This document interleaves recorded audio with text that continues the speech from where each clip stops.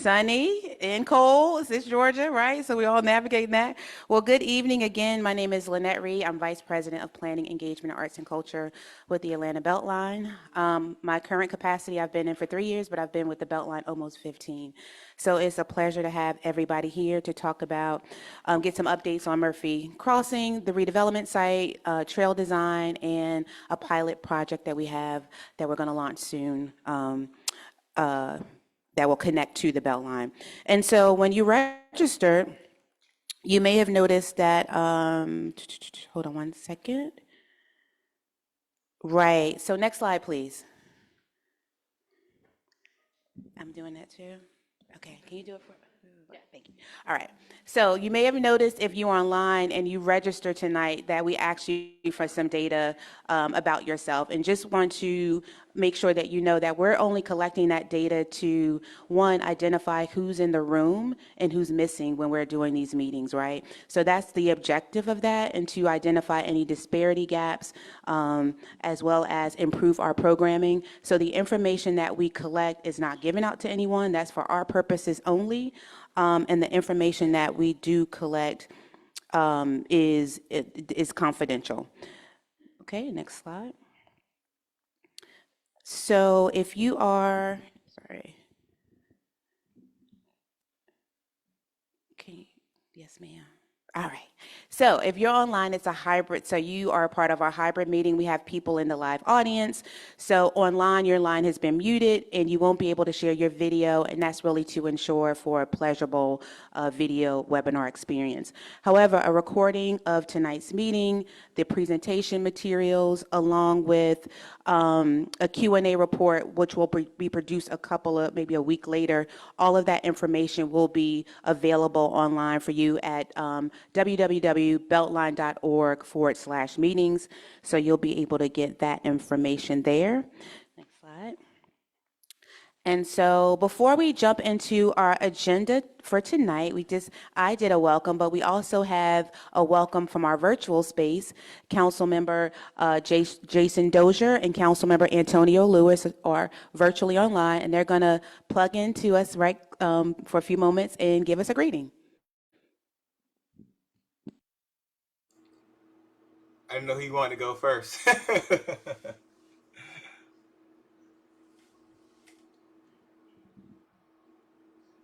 Feel free to jump in. Yep. All right, so we got you. Hello, my name is Antonio Lewis, Atlanta City Council Member, District 12.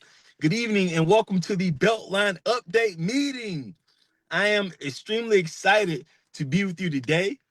Today you'll hear from representatives from the Beltline and their partners from these public-private partnerships. You'll hear updates about all of these recent press releases you've been hearing about from the south side of the city, not to exclude the recent developments with phase 1 of Oakland Exchange. And that includes an adaptive reuse of the 2 early 1900 warehouse buildings from the Cut Rate Box Company.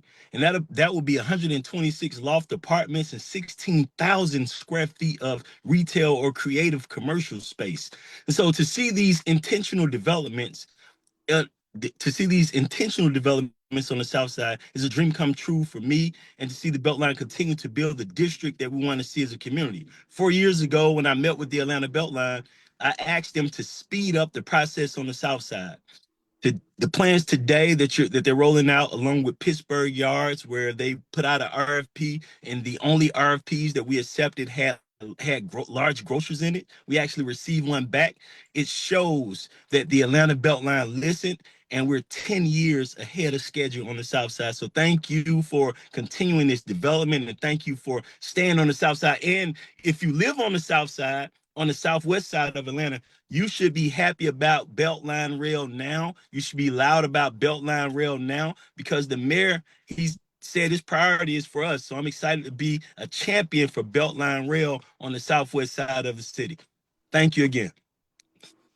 Thank you, Councilmember Lewis. Councilmember Dozier?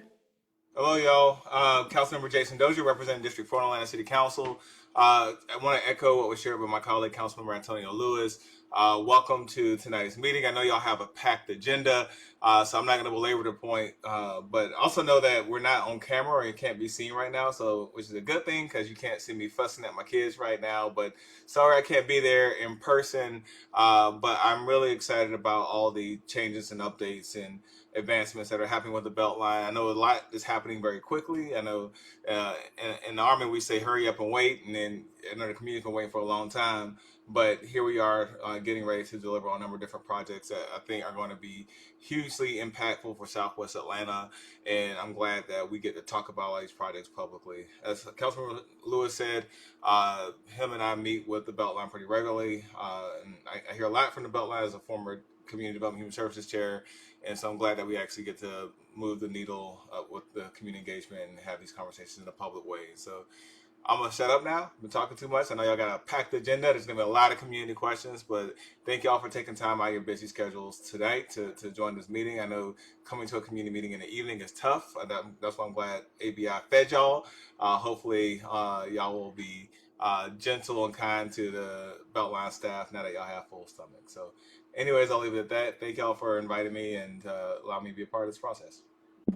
Thank you so much, and thank you to you both for all the hard work you do and how you represent your communities. We are glad to work alongside you. And so just want to remind you, if you were part of the virtual audience, you may not know that we started at 6 o'clock, we had an open house and tabling where the public got to meet some of the project leads and come up to the poster boards and ask questions, et cetera. So at the conclusion of our virtual meeting at 8 o'clock, we'll resume that time of tabling and Q&A out there as well for about 15 additional minutes until we have to transition out of the facility. Not on the agenda, but I do want to give a shout out. Today, we announced that the Atlanta Beltlines has the world's largest arboretum, right? And so if you're like, well, what is arboretum? Yeah, okay, for people that know.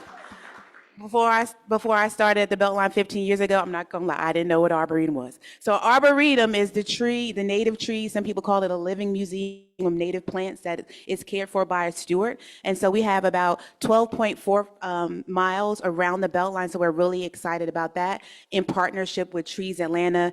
They have been a committed partner for as long as I've been at the Beltline and even longer. So we're excited to do that in collaboration with them and to have that as accessible native space as people are out walking and enjoying the Beltline. So back to tonight's agenda.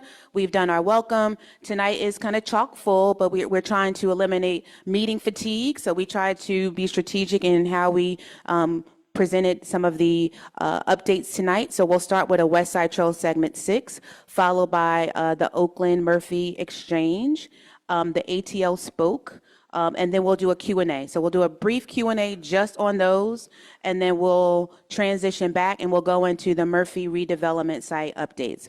And then we'll do another Q&A and we'll wrap up. So we have our friends here, our colleagues from ATL DOT. John Stackson is in the audience. Shout out, John. Woo, John. All right. So they are about to embark upon a docked bike share feasibility study. So take a moment to use the QR codes, and this is designed, this is going to be an assessment of current and past shared micro-mobility efforts, a review of best practices from peer cities, an exploration of different services, governance, and funding models, focusing on financial feasibility of public funded system.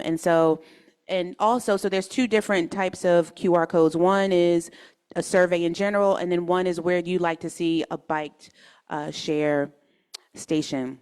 And so Councilmember Lewis kind of talked about this, so I won't dive into this deeply, but you may have heard the announcement that the Atlanta Beltline has bought the former cut rate box site where we'll be preserving, and this was a public-private partnership for mixed use. Many of you know that there was already a development plan for the site, so we kind of helped to get it to the finish line. So we'll be preserving 2 of the historic warehouses there. So ABI owns the site, and Urban Realty Partners will be developing the land. So they have a long-term ground lease with us. And so you can see the details there of the number of residential units. I'm pretty excited about the fact that it would also have phases of the development will have housing choice and home flex vouchers as well. So you get to deeper levels of affordability there. Also, it'll have an affordability commercial component so that small businesses and entrepreneurs looking for affordable space at a discounted rate will be able to access that as well. So stay tuned for more information about that, but just wanted to make that by way of announcement. And next slide, please. And so how many, this is your very first Atlanta Beltline meeting okay? Welcome. So for that reason, we like to kind of ground everybody in what the Atlanta Beltline project is. A lot of people know it from what you may have a passion for. Some people may know it just for the trail itself or for housing or transit or art. There's a myriad of different things that you may be interested in, but the comprehensive vision includes 22 miles of pedestrian-friendly or rail transit, 33 miles of multi-use urban trails, and so that's not just the 22 miles, but connector trails that will link to the larger loop. 1,300 acres are new or improved green spaces, and so right now, one of the parks that we're working on in this area and we're really excited about is Anoda Park. So stay tuned for more information about that. 1,100 acres of environmental cleanup. Many of you know that the railroads are over at least 100 years old or older, and so they predated EPA and all that kind of stuff. And so when you're going around improving the railroad, you have to do some environmental cleanup. 48,000 construction jobs, 50,000 permanent jobs created by businesses that would form around that, ultimately sparking $10 billion of economic development and the goal of 5,600 affordable housing units, and we're striving for more than that, obviously. And so with that, I'm going to turn it over to Claire Kern, who is a senior project manager at the Atlanta Beltline. She's going to introduce the teams that are giving updates on the Westside Trail and on the Oakland City Murphy Connector Trail. Claire? Thanks so much. Hi, everybody. It's so good to see y'all. Thank you. Thanks so much for coming out. It's so wonderful to see so many faces and so many community members, and the engagement and enthusiasm is wonderful to see. So my name is Claire Kern. I'm the project manager for both design projects that you'll see tonight, the Westside 6 and the Oakland Murphy Connector. And I'm going to turn it over to our wonderful design team. We've got Andrea and Michael here from Root Studio, but Andrea Greco will be doing the presentation. So everybody give her a warm welcome. Thank you. I'm Andrea Greco with Root Design Studio. My cohort and company president, Michael Kidd, is there with us as well. So excited to be working on this project after using the Beltline for many years myself. The segment we are working on is kind of a missing link little segment. It's about 0.6 miles. And on the north side, it starts over by where Gordon White Park is. Right now, there's an existing curved area of trail that curves and heads north right towards the Kroger in that area. So we'll be coming from there and coming all the ways down south towards the Lee and White complex, which I'm sure many of you are familiar with. These are some of the existing site conditions. The area has been cleared for a while, so you may have walked or biked this segment already. Currently, it is there is some gravel down, and they are installing lights and cameras. So this will be an interim trail segment that will be open, and it's mainly for the World Cup coming up, making sure that everyone can get around town more easily. So these are just some of the areas in the back there. We pass some warehouses and goes under Lawton Street. You can see the overpass there, and then comes out next to one of the buildings that's in the Lee and White vicinity, and the ramp that goes up to Lawton Street as well. This goes along with the board that we have out there, if you've had a chance to take a look at it. I'm going to just walk you through, starting from the north end and heading south. We also have some sections that we've done that illustrate generally what the area will look like when you are in it. I mentioned that it starts right across from Gordon White Park, and there's an existing entrance right there that comes in. There's a crosswalk in that area. And it comes down, you'll see, if you're familiar with the Crayola bollards in that area, curves around. It's a good marker that people recognize. Curves around. We will be adding a spur in, curving it the other way, southward, and coming down the corridor. So in many of these areas, we will have bioswales on either side to address water runoff and water quality in these areas. So you can see that on the upper side over there. It will be heavily planted in the typical Beltline fashion, taking into account that this is an arboretum, planting a diversity of trees, and also planting the bioswales with plants that can help with the water quality. Coming south some more, we get into some areas where the grade starts changing, so there will be a number of retaining walls that will follow the trail. Many of those retaining walls will be on the downhill side, and they'll have a guardrail on them, which is the typical guardrail that you've seen on many other segments of the trail as well. One other thing, if you can go back for 1 second. We will be, we're working with the apartment complex owner here on this southwest side to put in a sidewalk that will connect the neighborhood across from Donnelly into that area so that you don't have to go up to one of the bigger intersections or points to get around. Coming further south, I mentioned we're going to have those retaining walls. We'll also be doing some work with communication lines, and you see there's a duck bank underneath the trail. There's a lot of wires underneath these trails. You don't notice that they're there, but they are. We also will have, of course, permanent lights and cameras along the trail as well. Under Lawton Street, it will have a couple more retaining walls on either side. Keep back those slopes that are underneath that area, and we'll have some swales on either side as well. And next. Coming down further, we're passing by the warehouses in that area. Up on the very top, in the warehouse up there right now, there's a pickleball, indoor pickleball complex. And there's also a data center that exists right there. We'll be passing by those areas and curving around a little bit and coming under the, so let's see. Yeah, there's the Lawton Street Bridge. We'll be coming down this way, and as we come to the Lee and White complex in this area, we'll be making a small plaza where that existing ramp is that you see there that you can access right now, and that's reflected in the image over there. And we're going to show you a couple more images, and so this will continue down. These images start from the north end coming down. So I mentioned the existing intersection at White Street. That's the building that exists right there, and so this will be more of a triangular intersection at this point. So this is looking south. Next. And then this is on the opposite end. This is back to that original ramp that exists there right now that I mentioned earlier. That's the warehouse that sits off to the east side over here. And we'll be filling this area in with more plantings and making it a nice place where you can tee off to go up to Lawton Street, or you can continue on. And then this is a little bit closer up in that same area, just to give you a little view. It'll be nice and open under the bridge area. We're not confining you any more than you need to be in there. And this will all flow nicely and just feel comfortable and match the patterns of Beltline in other areas of the trail as well. Okay.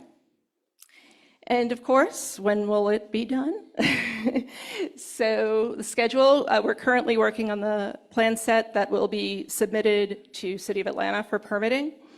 That goes on for a little bit with some back and forths with the city and making sure we've got everything to their liking. Bidding will be happening this summer, and the interim trail, as I mentioned earlier, will be open during this time period, so you can still use the trail while all this is going on.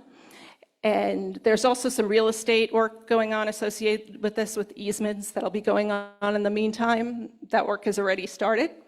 And then we're going to start construction in the fall after the World Cup, and it should take about a year. And by the end of 2027, you should be all clear to go out there.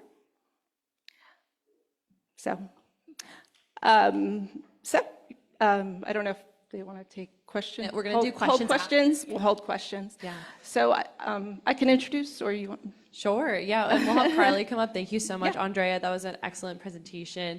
Carly, if you want to come up to start doing the Oakland Murphy Connector Trail. Awesome, thanks. And then we'll have one more, and then we'll go into our first round of Q&A. Hello, everybody. We're Martin Rickles Studio. I'm Carly Rickles. This is Ash, and this is Jennifer. We are a small interdisciplinary studio based in Atlanta, Georgia. We're happy to be here. So we're presenting the Oakland Murphy Trail. This is just shy of 1.5 miles, about 1.3 miles. As you can see in the graphic, the yellow line is the area that we're designing.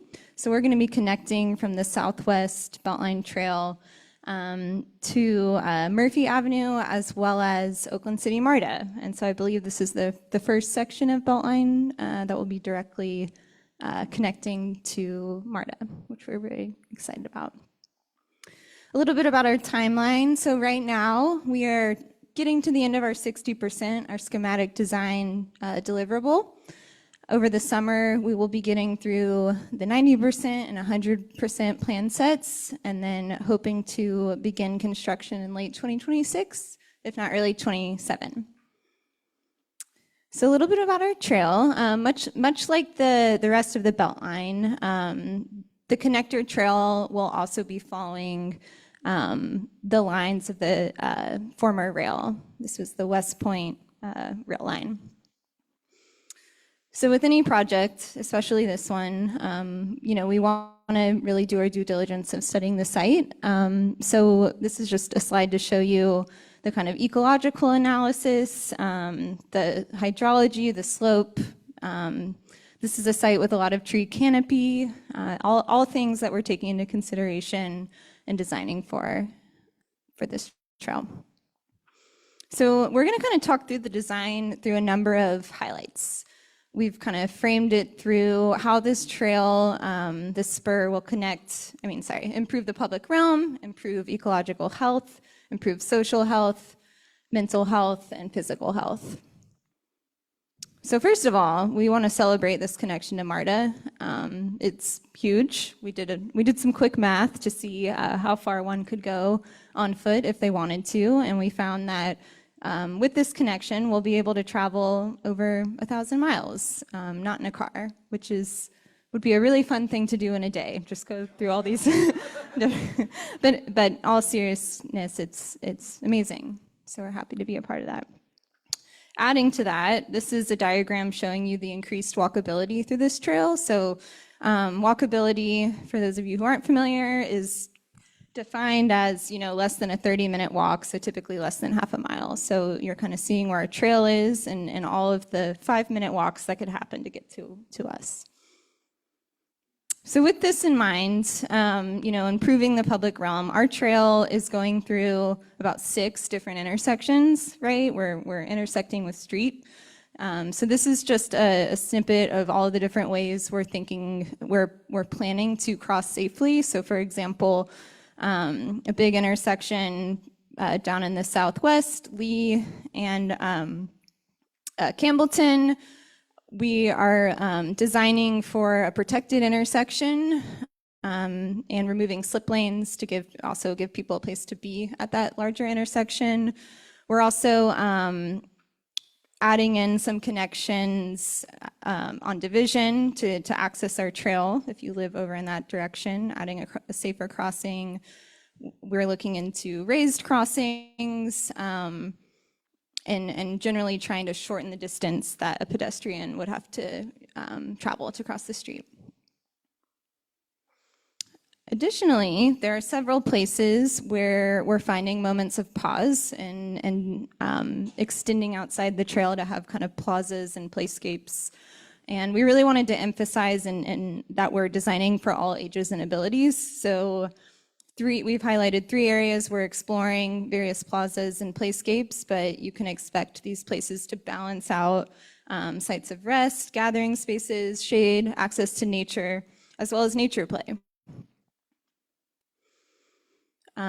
This corridor also improves the ecological health of this area, and much like other goals on other parts of the Beltline, we're really excited about designing for increased biodiversity in our planting plans and preserving, the awesome tree canopy that already is there. This is also an extension of wildlife corridors, uninterrupted areas where animals and plants can kind of move throughout the trail area.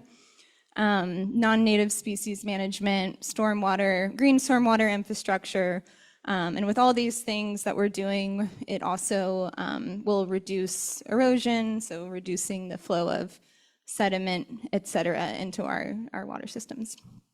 We've got several different planting zones that we're using as inspiration that are come from the Georgia ecoregions.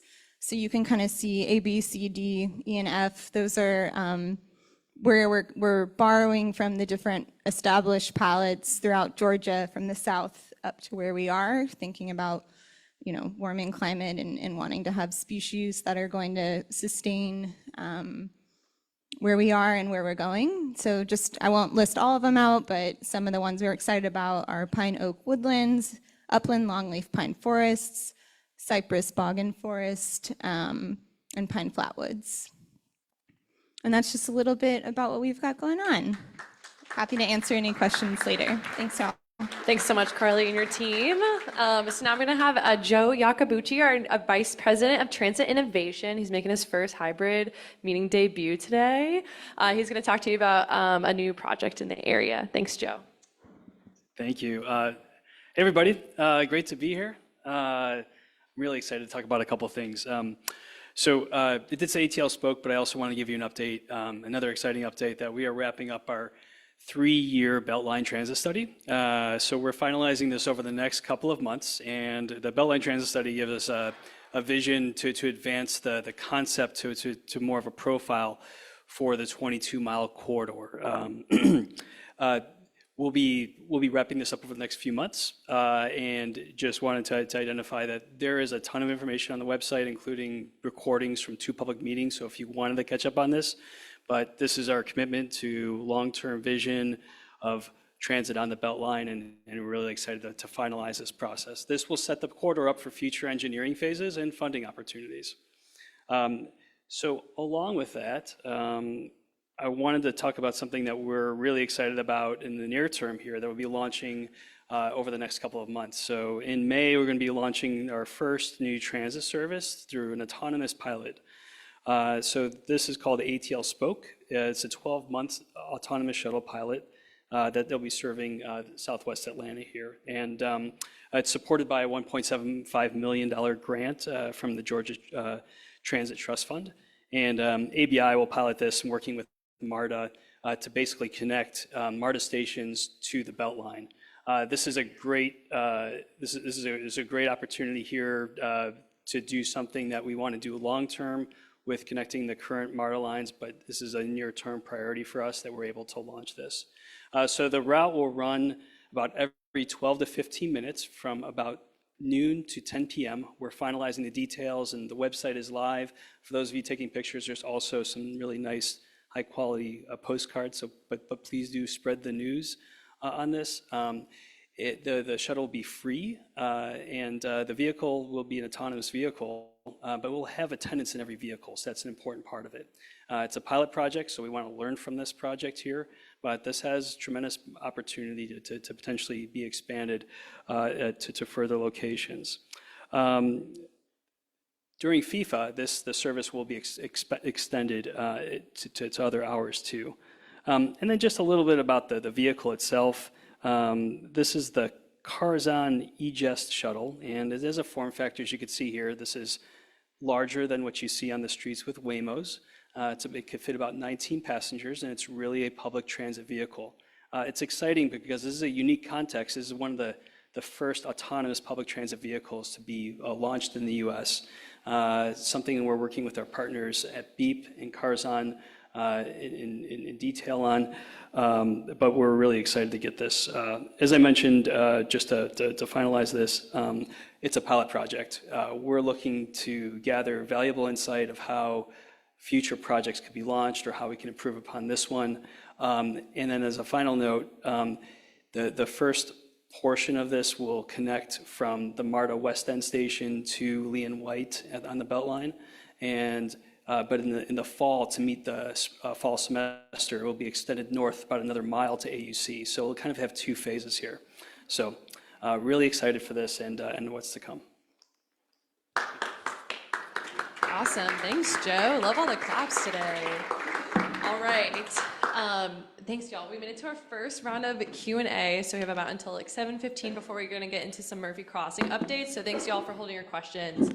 So I have my colleagues here, Elsa and Brittany. They're going to bring around the mic for any of our colleagues or any of our attendees that are here in person to ask your question. But again, this is a hybrid meeting, so we're going to be taking questions online and from Facebook Live attendees as well. So I'll just start here. Is there anyone in the room that has a question and wants to raise your hand? Yes. Elsa, you want to grab her question? It's actually To do online. Oh. I'm concerned about the ATL Spoke, and I'm wondering what fueled the decision to go the autonomous bus route rather than improve the existing bus, or sorry, why not just work on the existing bus lines that go the same place? Thanks, Joe. I was assuming I didn't have to go too far. Thank you for the question. Yeah, so we've been coordinating with MARTA this whole time. So MARTA, as you know, in their next generation redesign that'll be launching next month, will have a route that serves some similar origin destinations. However, that route only runs about every half hour. And so the idea was with this combined service pattern, you're giving the option for passengers at West End Station to take one or two, but this is fully coordinated. And the reason for autonomous is that, as far as the technology isn't advancing, and so as you see Waymos being launched here, and another announcement, Waymo will only expand in the future. And this is a great test pilot for us to test autonomous technology to see how it works from a single person or one or two people. The profile, it's called a robo-taxi. I don't want to get too technical for that Waymos offer. But we want to see how transit can perform in this, and there are things that we're looking to learn. We know that some people will enjoy the service and will get it right, but we also know that we probably will learn some lessons with launching this. But this allows us to leverage what we think is going to be technology that it's going to expand. Waymo's already providing over 500,000 rides a day, and across multiple cities. So that technology is here. It's probably here to stay. It'll probably expand, and so it's exciting to be able to pilot this on a public transport use and really learn from it.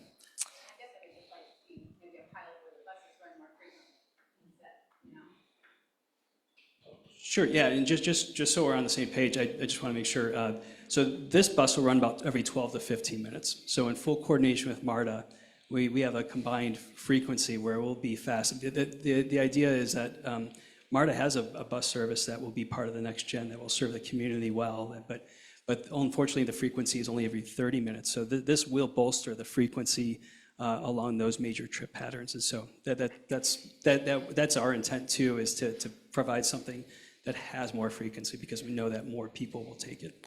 And I have another, if you want to hang out there, Joe, I have a question from an online attendee. If the autonomous shuttle has an attendant, isn't that just a more expensive bus? So this is not about expenses, it's about piloting the technology. And so we want to get this right. I think the hopes are that autonomous technology could provide more service out there in the future. But at current state, we're just trying this out for the first time. So we really want to have an attendant on there just to make sure we get it right. Customer service would be the ultimate priority for launching this service. So let's get this right first. Let's identify if there's some potential economies in the future that we can leverage, but we want to get this first one right, and that's essentially just why we have the attendant in every bus. Thanks.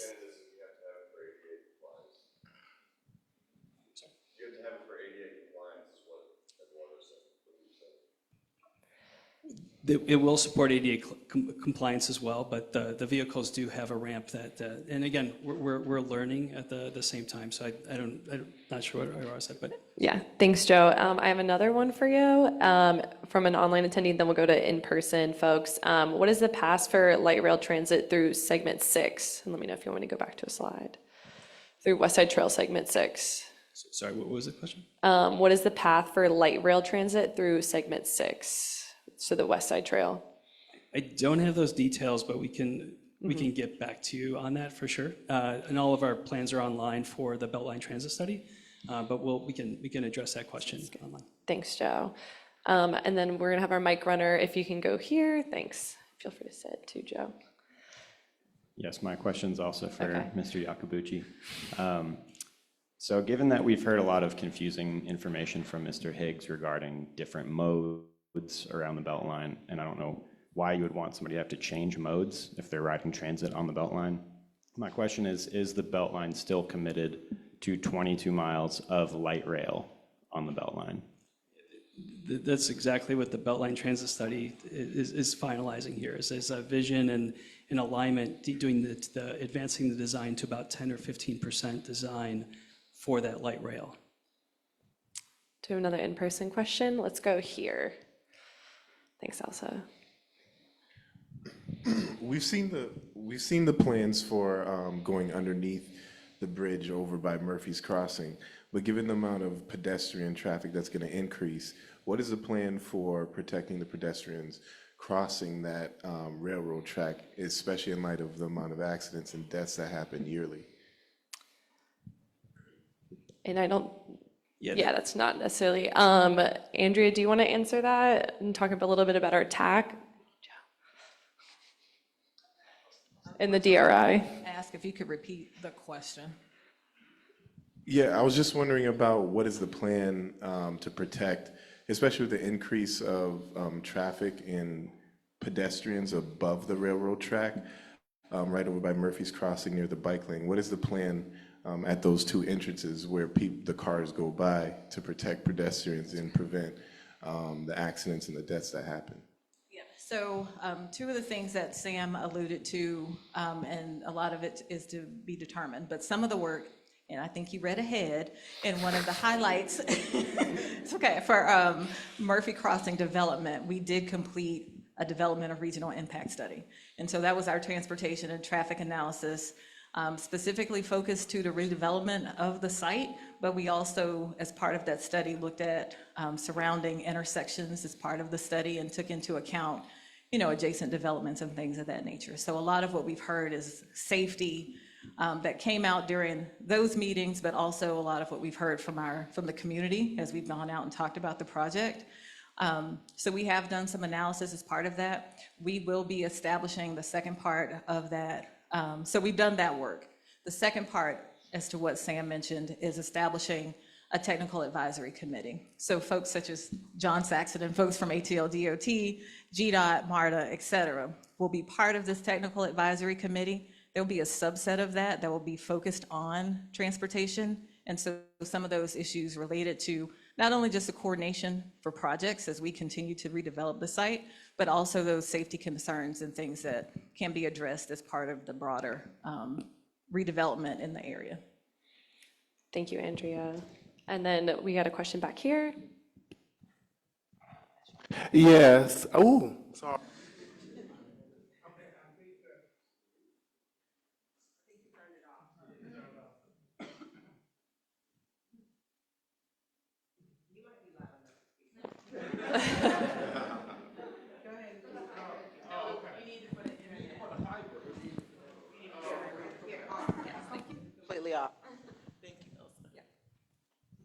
Well, I guess our thing is about the pilot project, the shuttles going to the West End station, et cetera, is that how was this project funded? Was taxpayer dollars used to fund this project? and stuff like that for something that we don't know if it's going to be approved. And that was a talk around the neighborhoods, is that we did not want, we want the projects and the funding for our projects to go exactly to the destiny of the light rail and all the other stuff. The pilot project, that we felt as if it was not needed. So how can we answer that question? Like, where did the funding come from that project in order for it to be eligible? Thanks, and I'll turn over to Joe to answer.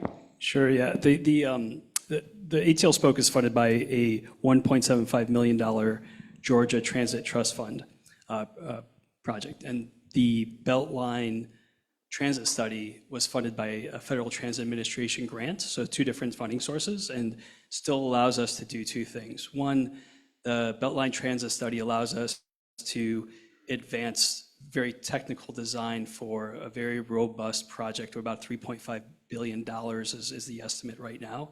A lot of engineering, a lot more steps there. In the near term, while we're doing that, we want to be able to provide immediate service to, again, not only build a transit culture, but provide the immediate access to the neighborhoods.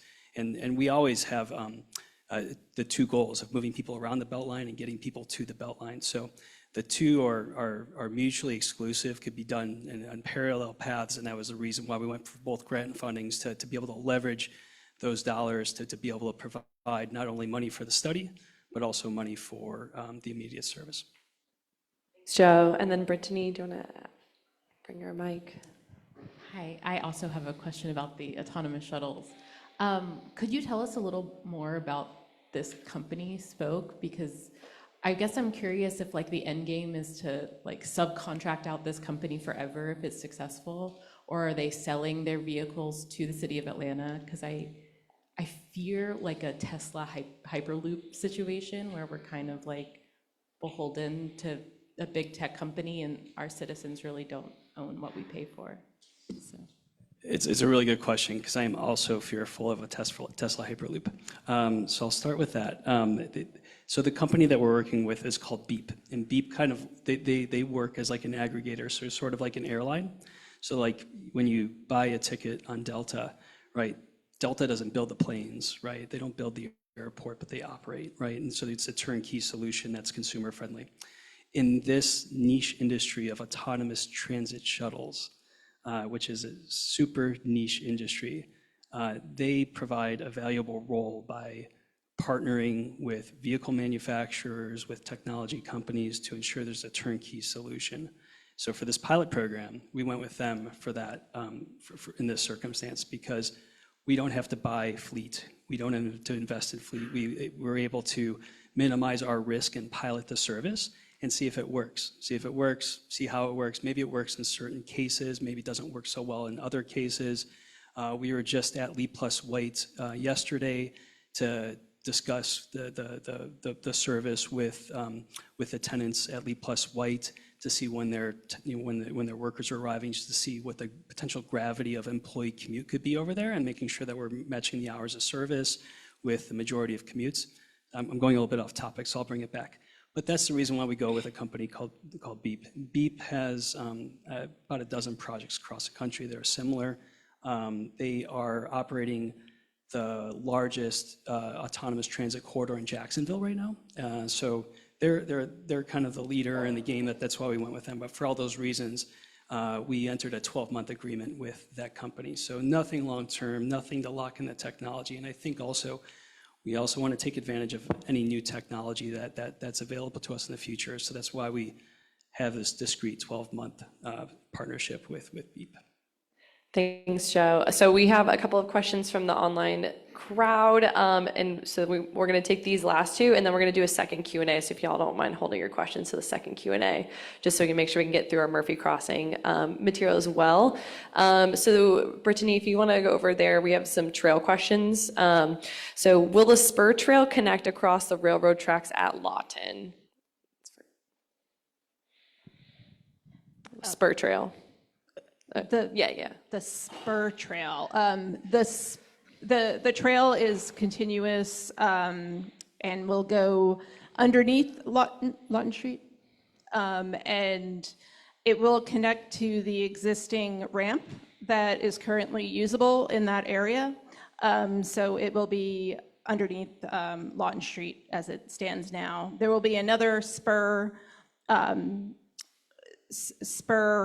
trail, which is more of a sidewalk that will connect down to Donnelly Avenue. That's not a part of the main trail. So I hope that clarifies things. Thanks, Andrea. Andrea, and then Claire, feel free to chime in if you had anything else to add. But the next question is, did the trail layout under the Lawton Street Bridge leave adequate space for transit in the future?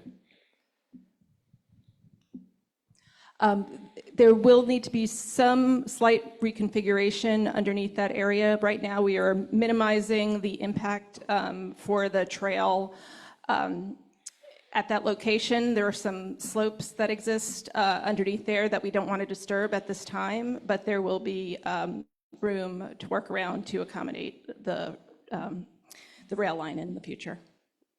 Kevin's going to actually piggyback off this answer. Hi, good evening. I'm Kevin Burke, Director of Design.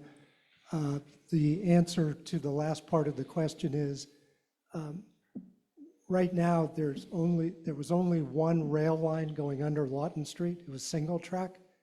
And in order to have the trail and dual streetcar, light rail, whatever we're calling that, that bridge is likely going to have to be rebuilt and widened underneath in order to provide the space for all those things to go on in that location.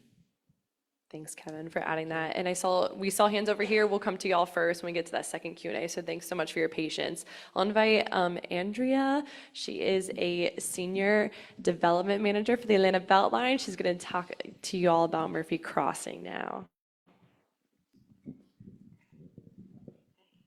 Thanks, Sam. And good evening, everybody. We can go to the next slide. So what I wanted to start out with, again, happy to be with you all. I know I see a lot of familiar faces in the room. Just wanted to start out by covering our 2020 progress.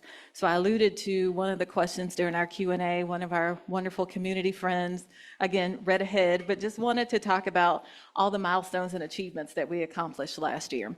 So we did engage a wonderful and assemble a wonderful planning team. If you've been with us throughout our meetings, you've seen many of them present. You'll hear from a couple of them following me as part of this section of the meeting.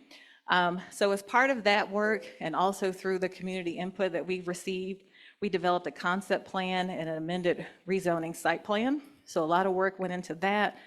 That plan was really informed by our market study that was completed by KB Advisory, as well as the community input that we received.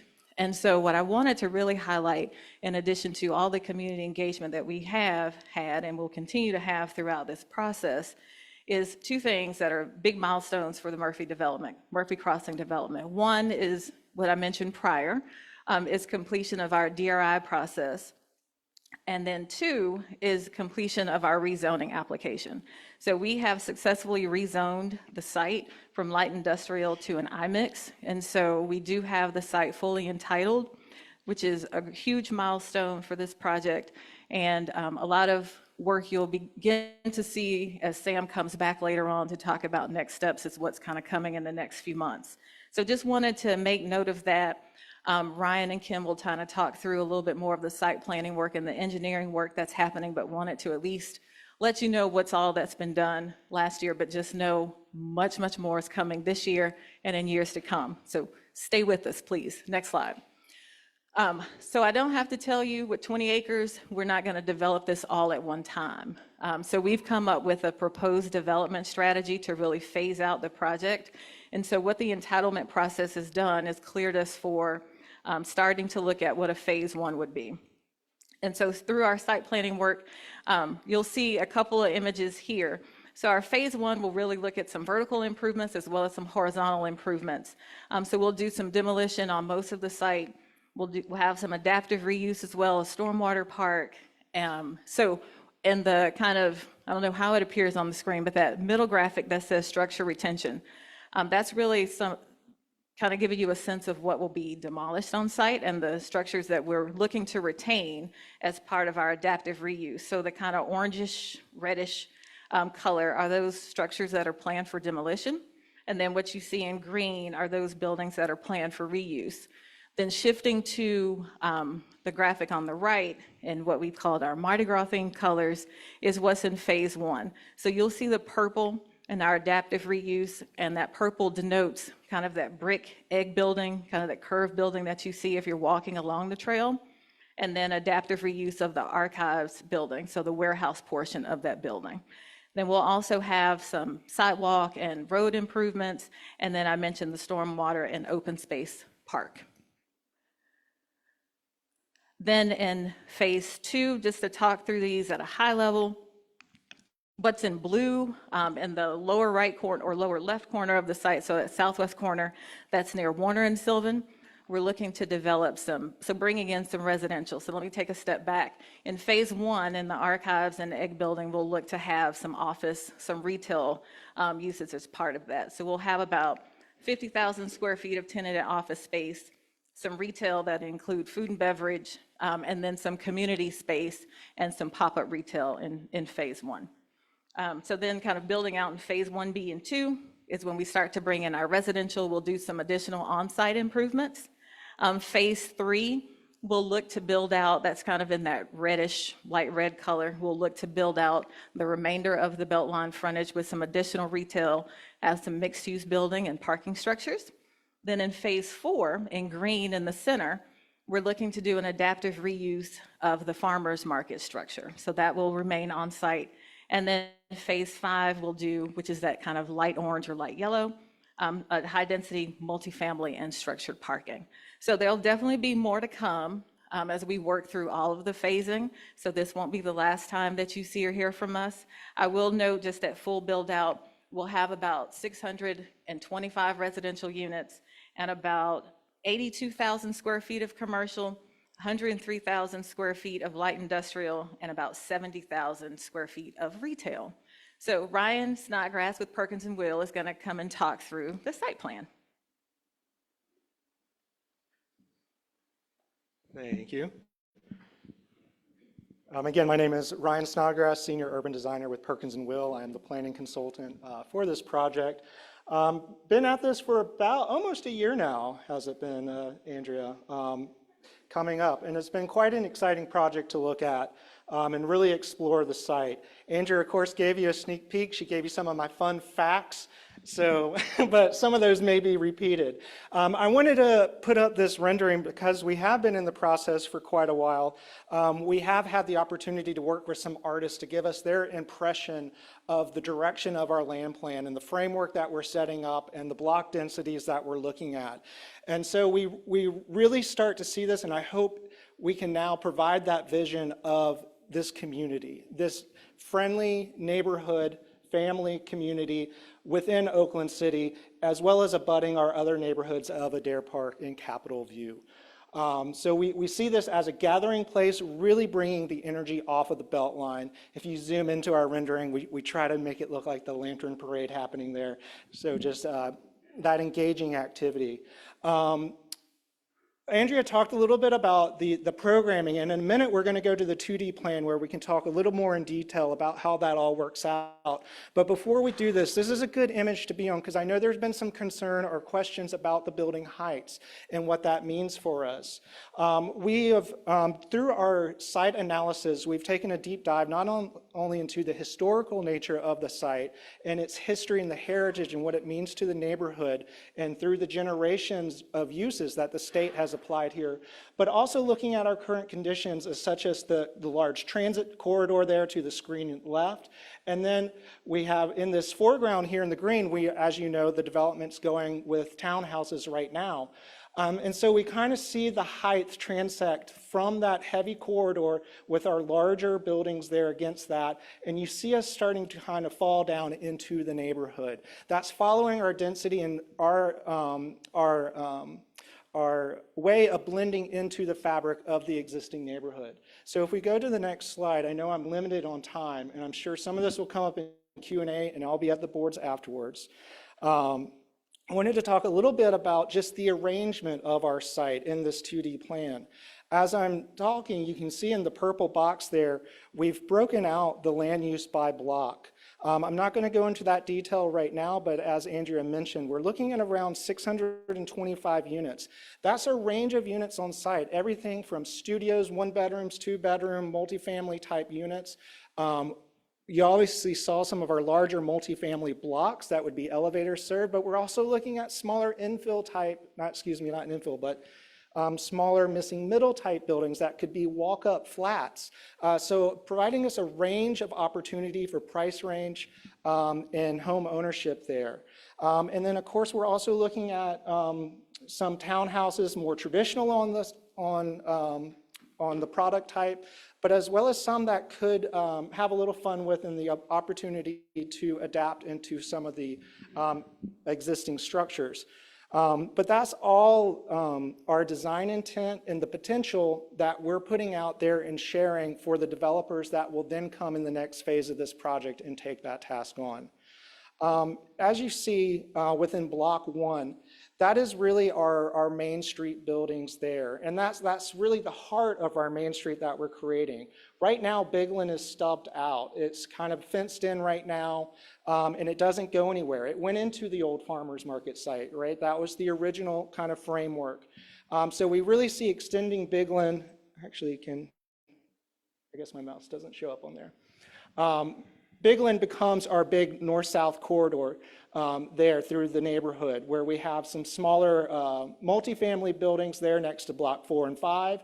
And then as we get up to Block 1, those would be more traditional Main Street type buildings, 1 or 2 to 3 story tall, with residential uses on top of that traditional retail.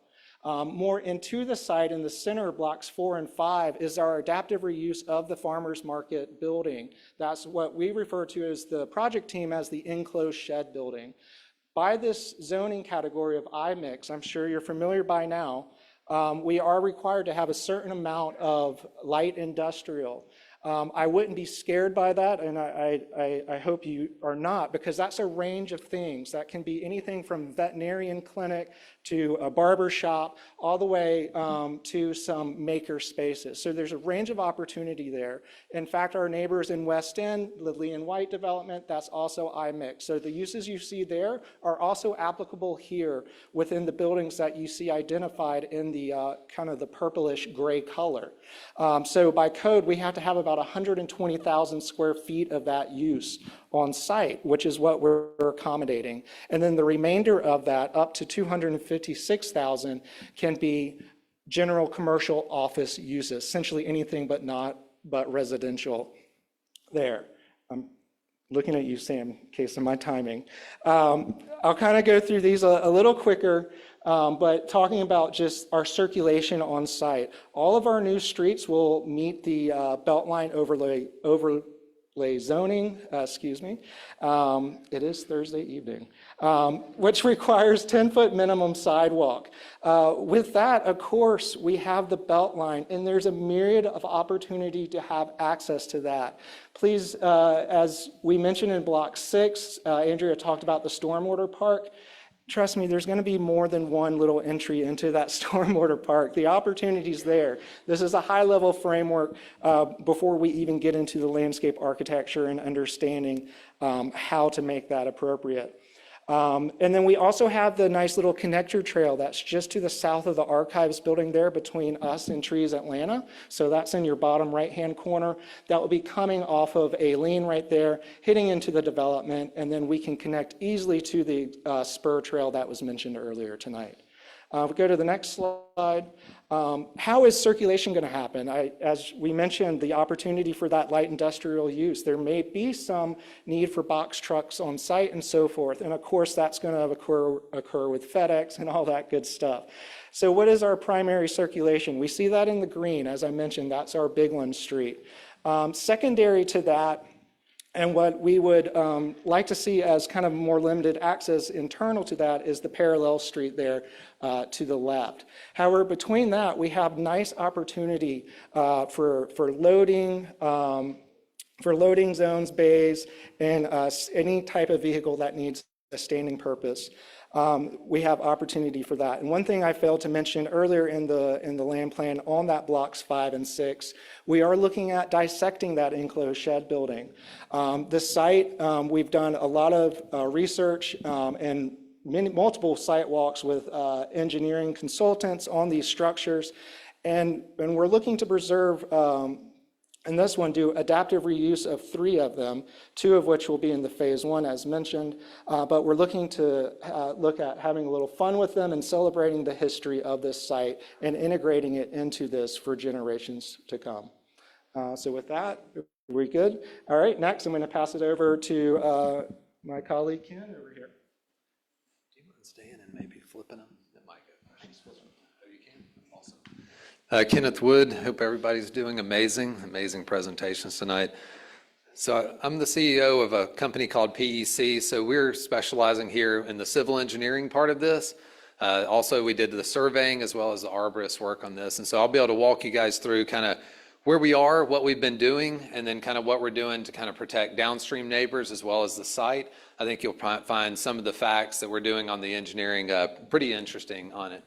So in looking at it, kind of where we started, so on the left-hand side, you can kind of see, so we started with the ALTA survey, the lot consolidation. That's one of the processes we are now. We went out, surveyed, to be able to locate everything. And I can tell you there was a lot of buildings, a lot of existing asphalt, a lot of utilities that were really hard to find. So there was a lot of investigation that went into the site. As you can imagine, how long it's been there and the history. And it's so amazing, but it also makes it really intricate to be able to go find everything that's under the ground and all the stuff that was built back in the day. We also prepared the lot consolidation, which we're ready to move forward with here very soon. And what that does is it basically takes all those and combines them together. Land panning, DRI that you heard, the concept grading and utility. Why that is important is all of the amazing things that we show you guys today, we have to make sure that we can implement them in an affordable fashion as well. We have to be able to do the site work and make sure we can build what we can with utilities, water quality features and everything in an economic way. So we needed to do a pricing set to start understanding how are we going to set the site up for success from an engineering standpoint. The other things we did was the hydrology study, and this is really to look at water. If you're downstream of this, it's very important to you, wanting to make sure that what we're doing on this one is going to make a positive impact. If you're upstream, what's coming onto us is also equally important. Arborist and geotechnical services, we really had to look at the ground, what's underneath it. Are we going to be able to just set a building on the ground, or are we going to have to actually set it on some type of a pile or some type of like an aggregate pier to support it? And then the structural analysis that Ryan talked about was really important, which we went out and determined of all the demolition on the next hand slide, you're going to see what buildings can remain and what buildings do we need to be able to take down. And then this is kind of our next step, which includes approving the lot consolidation with the demo and SAP going together, and then looking at permitting that phase 1. So this is the existing conditions. So wrapped up into one big sheet that you won't be able to see everything for there, but a lot of nomenclature on this, and you can really see kind of how the building's all set up. And to make sure everybody's oriented, all the sheets, you know, the Beltline is at the top, and you have Warner down here at the bottom to make sure Sylvan over here on the side. So anything we're kind of pointing to on this, that'll be able to get you oriented with Bigland coming up through the middle of this. But this is the existing conditions, and on the next slide, you'll see the demolition and what we've been able to look kind of really partition into. So these are the buildings. Andrea went into it a lot, but kind of focus on this. So when you're looking at it, we talked about that phase 1. This is the egg building that Ryan talked about. Looks like that's where they stored a lot of eggs back in the day. And so we called it the egg building. Super cool. And so the reason we show it like this is this portion of the building would come down, that portion would remain. So what you see here, this is the adaptive reuse of the archives building that would remain. That's that office that we talked about. This portion needs to come down. We really tried our best to save this and kind of incorporate into the townhomes, but kind of all these structures in here were deemed that it was going to be best to be able to take them down. So part of that demolition phase that you see, there's a lot of utilities that either hook up to nothing, you know, they're abandoned now, or they need to come out. There's also utilities that are live coming through. And so as we start to kind of demo through here, there's a lot of impervious area. And so much that an interesting fact on this is I'm going to go over just how much more impervious there is today compared to the proposed plan that you saw with Ryan. And so if we can go to the next slide. And so this is that analysis, and you're going to find it amazing, I hope. I'm just kidding. It's a lot of engineering stuff, but at the end of the day, I think one really cool takeaway to this is, as we started analyzing everything and we got into it, we realized that literally between the existing conditions today and then the conditions of tomorrow for that future build, that we're actually decreasing impervious area by almost 6 acres. So if you really think about the entire parking lot that we're in, the building that we're in is not even 6 acres, right, in terms of how large it is. And so it's a substantial reduction. So if you're downstream, and you know with our approach that we're going to talk about in just a minute, that's a substantial decrease in what that is. And Ryan and his team have really increased the amount of landscaping. And so it's so much that it's over by 8 acres. So literally, we're decreasing that much impervious from existing, and then we're increasing the landscaping by 8 acres. How big that is, it's really large. You could, I don't know how many Costco's you could fit into it, but a Costco in a parking lot fits right at about 8 to 10 acres. So these are our study points here when you're looking at it, and this is probably the most fascinating thing of the night. And so these are going to be where we're basically analyzing. And so we want to make sure, I know some people here are probably close, or live down the street, or kind of walk here in different ways, or take transit or get here. These are all the different study points, and why that's important is we want to make sure that whatever we do on this site, that for the future, we're kind of set up. You can see on the next one, those are all the different basins, and these are the proposed basins. And so we have to line up pre and post, right? When we're looking at the pre-developed conditions, we want to make sure that all these study points in the post are the same. And so that means that as much stormwater we need to do in each one of these areas, these are the areas that are the most important, because when it really rains, that's where it's all leaving the site and going to. Then on the next slide, probably the most important slide, I know I got to talk to a lot of you out here about this one.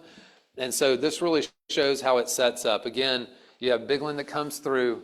So as part of these first phases coming in, this really starts to encapsulate what you're seeing on that. This in here, this is kind of what we call kind of the stormwater park. And so if you're walking through that, there's some raised boardwalks. It's a lot of bioretention areas. It'll be a lot of the green infrastructure, but we're able to create all these little green infrastructure areas. And we know we're going to have more. There's all kind of little places where we can, spill islands and do additional ones, but we wanted to highlight some of the main ones so that you guys can see it. And right now we have 2 large underground basically systems, and we have some images of those. But what we're trying to do is we're going to even try to accommodate that into one and really try to see if we can make a huge difference. So these are how some of those kind of areas can set up.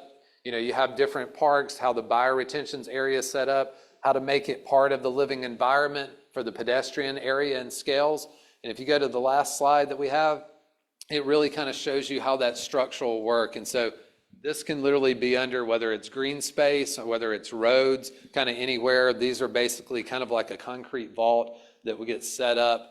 But the big takeaway in using all of these different measures, all the studies we've gone to, is we're going to make a huge difference in stormwater. So in closing, entertaining it back to Ryan for the big splash of how you guys can see the visuals of the moment in this, is that we're going to decrease the stormwater so much we should make a huge impact. If you go out there today, and the site is literally right beside us, there is 0 stormwater management. That means that it's 6 acres more impervious, and every time it rains, no matter how hard it rains, everything's immediately going downstream.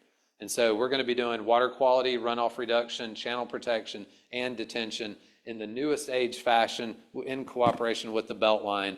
And so you'll see a substantial reduction in stormwater for your downstream and also any view. Thank you. And to bookend the presentation tonight on Murphy's Crossing, we wanted to share a few more artists' interpretations of what this site is set up to be. I have 3 minutes, I'm told, to go through these really quick. So please bear with me as I speak quickly. Of course, we're on the Beltline here. We're looking east on the Beltline. There's that beautiful piece of art already there. On the opposite side, we have our bike shop that put down their sidewalk. What better way to use that art and highlight it as a gateway? So we are too. We're going to bring that up onto a ramp, and we have our amazing patio where all of our retail and commercial uses can spill out into that Beltline patio area. These are our Main Street buildings on Bigland. Here they're 3 stories. We go to the next slide.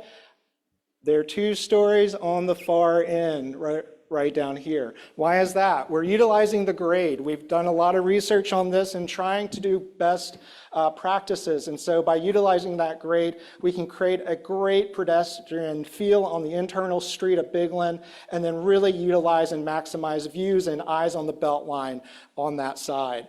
So we're really thinking about all these things. Also on this rendering, we're starting to see that open shed. This is part of the original farmers market building. How do we pay respect to the heritage and incorporate it into an appropriate development? One way, some of y'all may be familiar with breaker concept on the Beltline. We're kind of picking that up. We're inspired. So what if we use our open shed and put Jewel Box Retail underneath, and the opportunity that can create during our hot Atlanta summer days, we can still be up there on that rooftop patio looking down on the Beltline, enjoying the day. If we go to the next slide, we're internal to the site now. So if I was coming off of Sylvan, coming into the site, I have my multifamily building to the left there, and to the right, I have small 3-story flat walk-ups.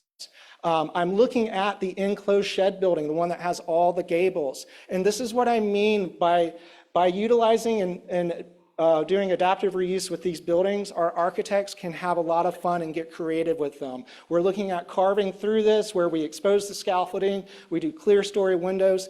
This is an inspiration, artist interpretation. Next phase of this is to start diving into the realities of that. But we've already started the conversations with engineering. You should have seen how wide his eyes got when I told him what I wanted to do with it, but he said it's plausible. So we're on a good track. I think, is there one more?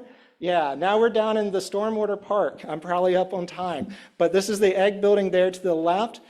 We can see that really highlighted, having fun with it, doing great murals on it. That could be a great office space. Open up those windows, fill that room with light. In the background there, you see our archives building and how we can have fun with adaptive reuse and reskinning that building, all while reusing and repurposing these buildings without having to do new construction and paying heritage homage to the site. So with that, I will end it and give it back to Sam. Thank you. Ryan. Awesome job, y'all, keeping to time too. So I'm just going to briefly go over some of the next steps that Dennis's Richards housing team is working on. So as they mentioned, they're getting ready to submit those demolition applications for those permits, and then also in terms of kind of that paperwork part, finalizing the development plan to submit. Then in terms of when you should be hearing from us, we're going to do some more community engagement. Thanks to y'all for hanging in there today. We had a lot of updates. We're hoping to kind of be strategic again and see how we can kind of combine all these updates so we're not doing multiple meetings, because we all know your time's so valuable and we really appreciate you all being here. So hoping for that next touch point in the summer, fall, being flexible with the World Cup. We know we all might be pretty tired after that big event comes to town. And then Dennis's team is hoping to start site demolition in the fall or winter of this year. So hoping to see some progress really soon on this site. So with that, we are up to another round of Q&A. Again, it's hybrid, so we're going to have folks joining from online, over the phone, Facebook Live attendees. And I know I promised some folks here over on this side that are in person to ask their first questions. Yes, over here. Thanks, Elsa. Hi, thank you for the opportunity. First, I want to thank you for covering the mud trail. I use it regularly. Now I can use it year-round. And just finish a little bit. You mentioned that you want to make them even more compact, the meetings. I mean, to me, this almost seemed like 2 meetings, because this is a big thing, it's an important thing, and then the rest of it going on. I live on Arden Avenue across from the Monolith, and I'm going to be right next to the trail coming in, which is great. The other one thing I guess I want to answer, because we don't have a lot of time, is have you thought about rainwater harvesting for the project? All things with, the green infrastructure are being considered as part of it. As we, get into more of the buildings, definitely rainwater harvesting is up there with the unique features that we could look at. Thanks for that. And to your comment on the engagement, we appreciate the feedback. We're trying out new things with the boards and having folks come in early to table, because we know it is a lot of content and people like their content in different ways. So we're hoping you could have some conversation, plus a normal hour and a half presentation. Let's see, we have another question. The one behind you, sorry, in the pink sweater. Yes, for the Oakland Murphy Trail folks, with the crossing can you speak a little bit more about the plan for the crossing at Campbellton over to Dill? With the Finch Elementary closing and our kids being moved to Sylvan Middle across the way, I know that's a little bit out of scope, that's not y'all's business technically, but we will need a way to safely cross over Lee Street, which is so dangerous. So if you guys have any more information about how that crossing will look, I would love to hear it. Does anyone on the Beltline team have that? Okay. Oh. Yeah, so right now we have the trail alignment going down Dill Avenue, and it'll cross under the bridge on like between Lee and Murphy on the north side, and then it'll go, we're working with GDOT on doing a protected intersection at the Lee and Campbellton intersection, so it'll make it safer for bikers and pedestrians. Also by removing the slip lanes that go through there, so it'll shorten the distance and also make it easier for people to get through. And then, yeah, it'll connect to the MARTA station next to the bike route or the bus routes. Thanks for that question. I'll also say John with ATL DOT's there, so if it is out of scope, he might be able to help with that too. Sorry to call him out. We do have a question from Zoom. Are we able to answer that? Yeah, if that, someone who has their hand raised on Zoom, if you don't mind unmuting yourself and asking your question. Okay, thank you. All right, let's see, yes. Yeah, so I was surprised to learn that we had.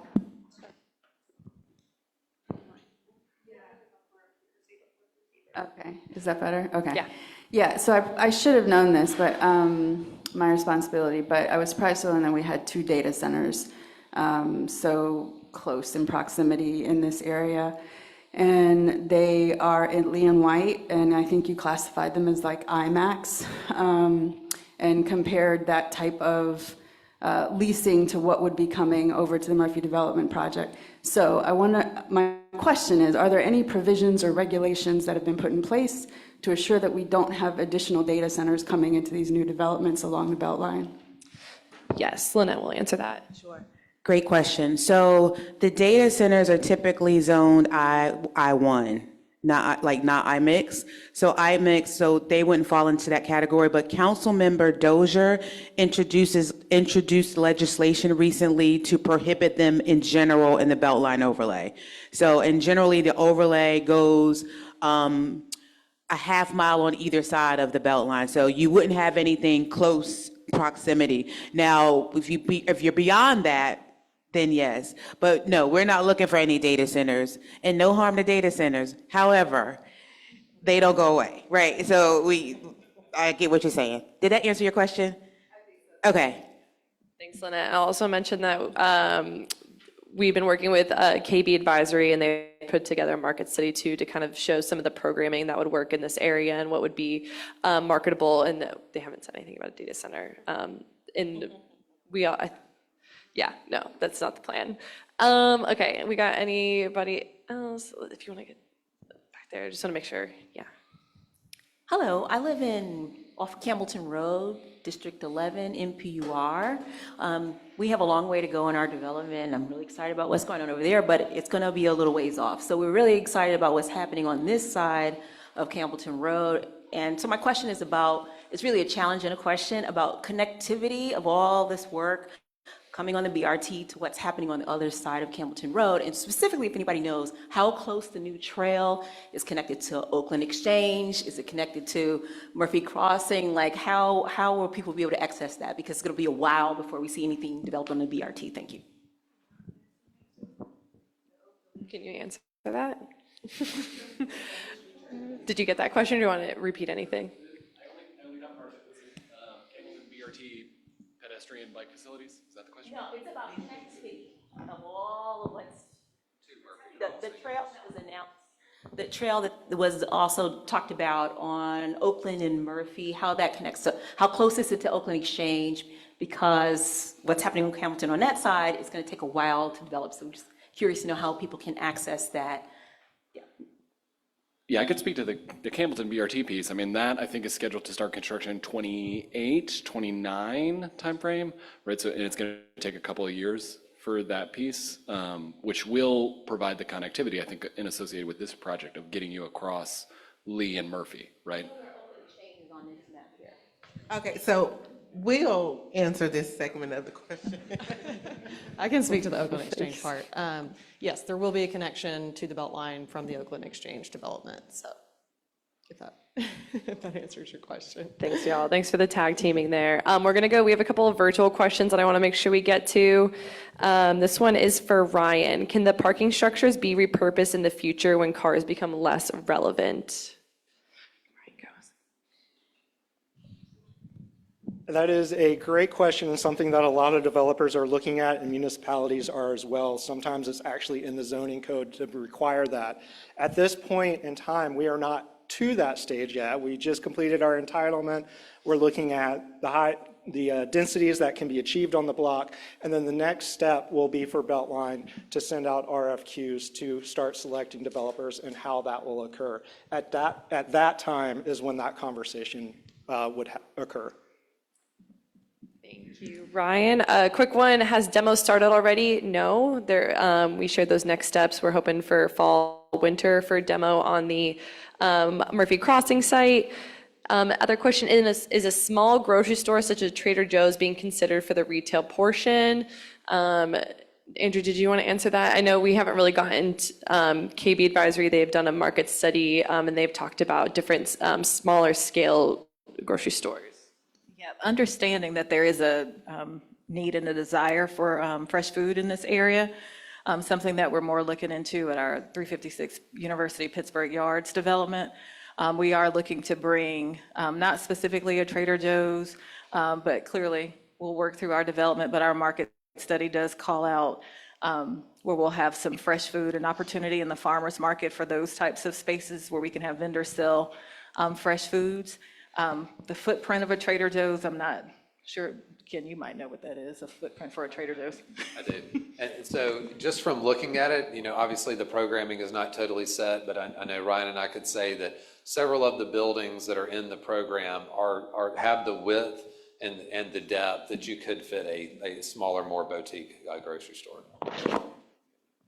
While you're up here, and online, plans look great, but what construction?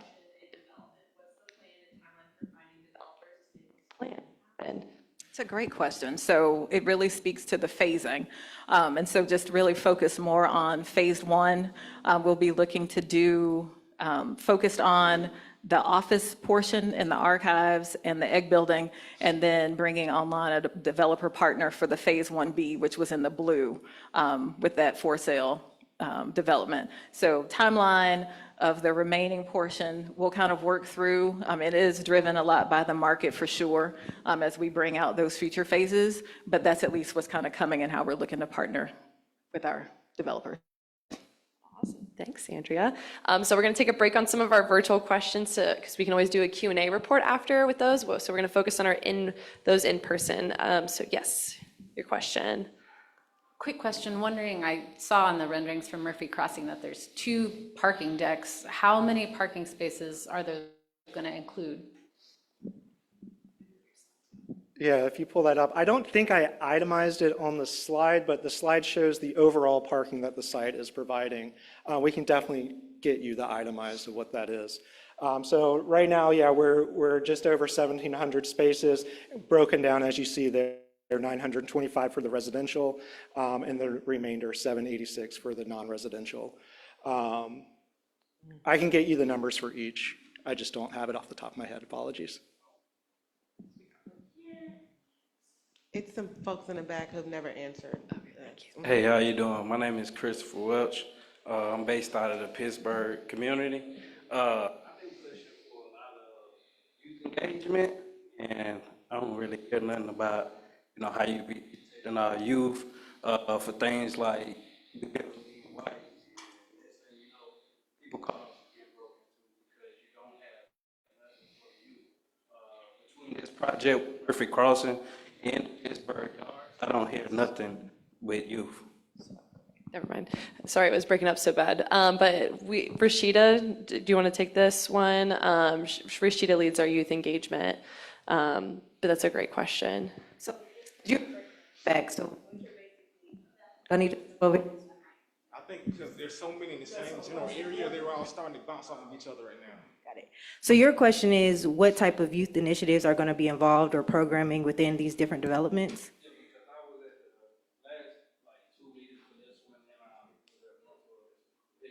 Mm-hmm. Pushing for like we work play facilities, stuff like that. Mm-hmm. We understand some of this stuff when you build affordable housing. Mm-hmm. How do you protect the affordable housing? Want people that's in there. Mm-hmm. We're pushing them to a better living environment. Mm-hmm. You don't know where you're going to get these people from that might qualify. They might get into the units. You don't want them to look crazy. So. Well, go ahead. So I can start to the community piece specific to Murphy. So one of the things I may have just touched at a high level in the phase one was having community space in the egg building or in that curved building. That is something we've heard a lot from the community. I'm sure yourself included about that need and a desire to have some type of space. Clearly the green space and the open park space provides another opportunity, but just having a physical structured space where the community can have different events and gather, that is something that we are looking at having an opportunity in that building.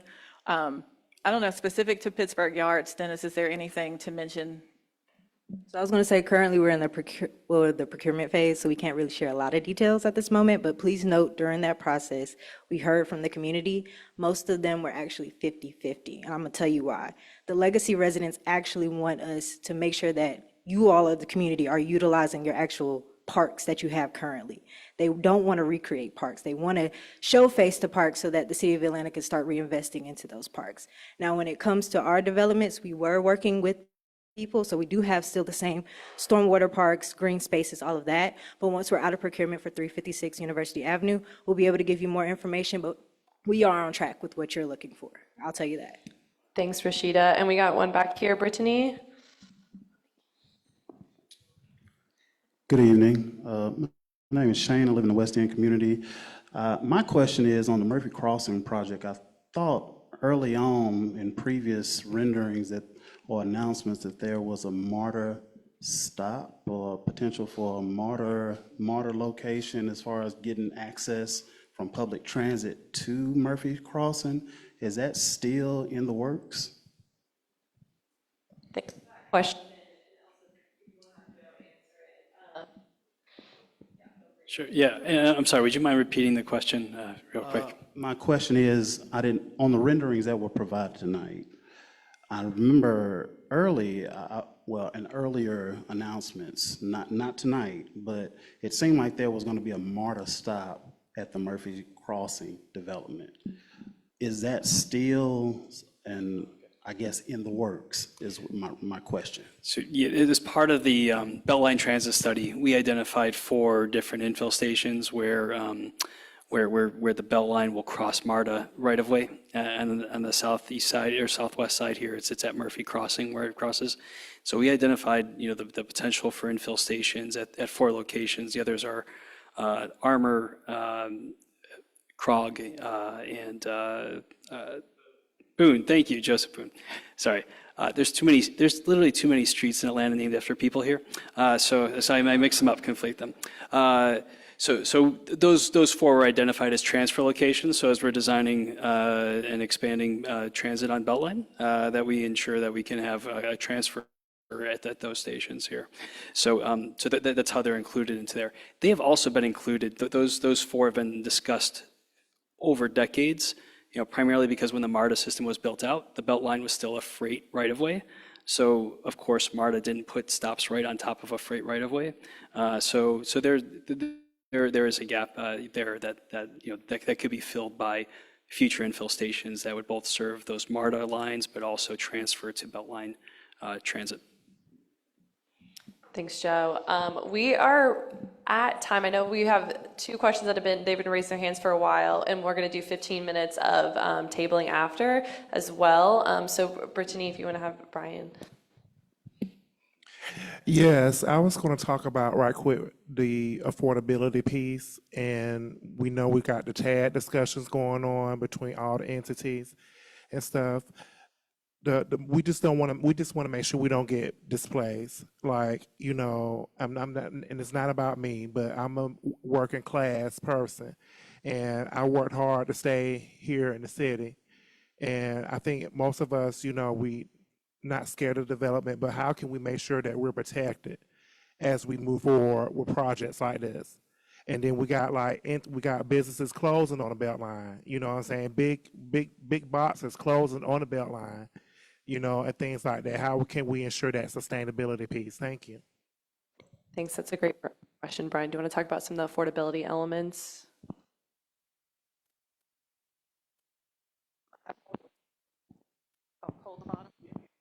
Do not. Like, opposite of what you said. Got it.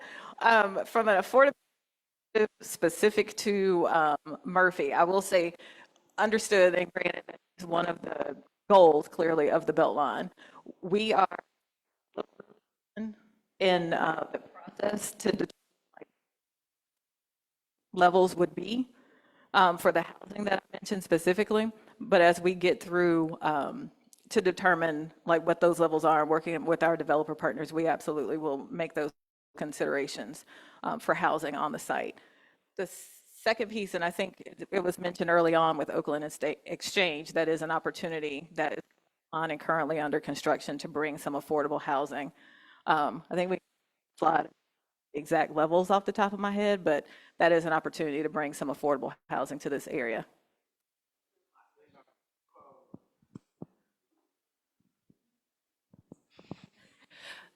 That's a great question. We don't have a representative from our economic development team here, but they're initiating a lot of programs. They have their next Beltline Business Breakfast next week. It's going to be March 19th at, oh my gosh, I'm blanking on where it is. Pittsburgh Yards, thank you. I knew it was nearby. They're going to be doing a Beltline Business Breakfast, and they're the perfect people to talk about what they're doing because they have so many initiatives out for the Beltline Business Ventures, Beltline Marketplace, and they have a new program out for a incentive fund to ensure affordable commercial spaces and encourage developers to build that and maintain affordable rents. So I would attend that. They'd be perfect. Last question. Well, he just sat down, but my question's for, is it Ryan, I think? Perkins and Will. I was at the last, the meeting back in December, I think, and I believe, if I remember correctly, I could be wrong, but I believe the parking spaces was like 1,100 or so. So my question is, did that increase? Because 1,700 seems pretty outrageously high, being on the Beltline and very close to Oakland City Station. So did that number go up? You did, you called it, yes. It has increased slightly, but no, we are still under our, because we have caps for our parking, so we're still well under that. And I'll say this number that is here is based on the current test fits. So as this development is built out, all of our maxes are based on programming that goes into each block, even down to if it's a restaurant, office, or a typical commercial. So this number is going to continue to fluctuate as the phases go, but the city of Atlanta will always keep us at a max. And so it's kind of hard to state what that max is, but we can certainly calculate a range of what that max is just because it does vary based on the uses. So if that helps answer your question, we can provide that analysis in the next round. Thank you. And so we're at time. We're going to do a Q&A report because we have a few other virtual questions. And if other folks have questions, feel free to come up. We'll write it down and we'll make sure you all get your answers. But Engage are up there. We have pages for all of these projects. We have community engagement managers and project managers listed here as well. If you have any specific questions, and then stay tuned to some of our future meetings.